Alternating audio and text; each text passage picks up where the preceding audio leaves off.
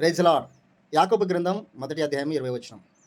ఎందుకనగా నరుని కోపము దేవుని నీతిని నెరవేర్చదని లేఖనం మనకు తెలియజేస్తా ఉన్నది. అవును, నిజమే. దే మనిషిని యొక్క కోపము దేవుని నీతిని నెరవేర్చదని అది వాస్తవమే. కానీ ఈ విషయంలో ప్రతి ఒక్కరూ జాగ్రత్తగా ఉండాలి.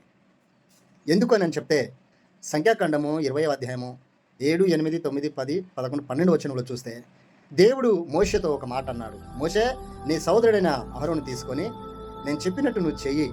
ఇదిగో ఆ కాదేశి ప్రాంతంలో అక్కడ వాళ్ళ ప్రజలకు నీళ్లు లేనందున నువ్వు నీ సోదరుడు వెళ్ళి ఆ బండతో మాట్లాడు అని దేవుడు చెప్తే ఈ మోషే అహరోను వెళ్ళి ప్రజలందరినీ పోగు చేసి ఇదిగో మేము మీకు నీళ్లు ఇవ్వవలెనా అంటే మేము అంటున్నాం. అంటే వాళ్ళు ఇస్తారా అండి? దేవుడు ఏమన్నాడు? అక్కడ స్పష్టంగా ఉంది, మీరు అక్కడ వెళ్ళి బండతో మాట్లాడమని దేవుడు చెప్పాడు. వీరు అక్కడ వెళ్ళి పోగు చేసి లోబడ్డారు, కానీ అక్కడ చేయడంలో కొంచెం రాంగ్ అయిపోయింది.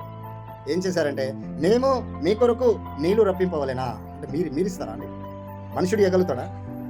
దేవుడు ఇస్తాడు. అది దేవుడు సెలవిచ్చాడు. మీరు వెళ్ళి చేయడం ఏంటిది? అక్కడ వెళ్ళినప్పుడు పోగు చేయమని పోగు చేయాలి, మాట్లాడినప్పుడు మాట్లాడాలి, అంతే కదా. తిరిగి మేము ఇవ్వలేమని మీ పేరు కొరకు మీ ప్రాకృత కొరకు ఎందుకు అక్కడ పాటుపడాలి కదండి? అక్కడ జరిగిన విధానం అదే. కనుక అక్కడికి వెళ్ళి బండతో మాట్లాడడం కాక 2 మార్లు మాట్లాడకుండా బండని కొట్టారు. ద్రోహులారా, ఇదిగో మీకు నీళ్లు అని చెప్పాడు మోషే. ప్రజలను పట్టుకుని ద్రోహులారా అన్నాడు. ద్రోహులారా అనేసరికి దేవునికి అక్కడ గొప్ప కోపగించడం మనం చూస్తూ ఉన్నాం. ద్రోహులారా, దేవుడు ప్రేమించబడినటువంటి మనుషుడు తన కోపాన్ని అదుపులో తీసుకొని ద్రోహులారా అని చెప్పడంలో దేవుడు ఎంత కోపగించుకున్నాడంటే అంత కోపగించుకున్నాడు.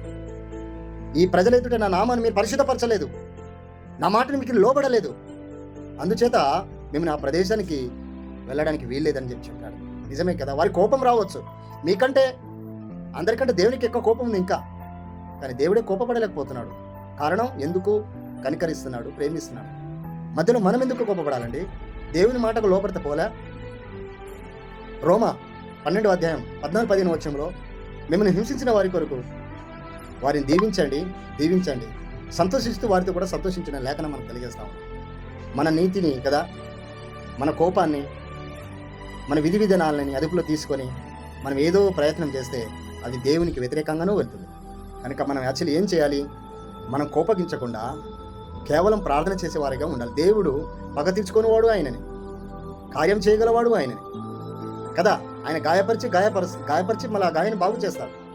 ఆయనకు వెలుగు చీకటి అనేది ఉండదు. ఆయన అన్ని ఏకరీతిగానే ఉన్నాడు. ఆయన మరణించిన వారిని తిరిగి జీవింపజేయగలడు. ఆయన అసాధ్యమైనది ఏదీ లేదు. అది గ్రహించి ఆ ప్రజలందరికంటే వీరికి ఎక్కువ బాగా తెలియాలి, దేవుని గురించి బాగా తెలిసి ఉండాలి. కనుక ద్రోహులారా అనేసరికి ఒక చిన్న కోపం వచ్చింది. ఆ కోపం దేవుని నీతిని నెరవేర్చలేదు.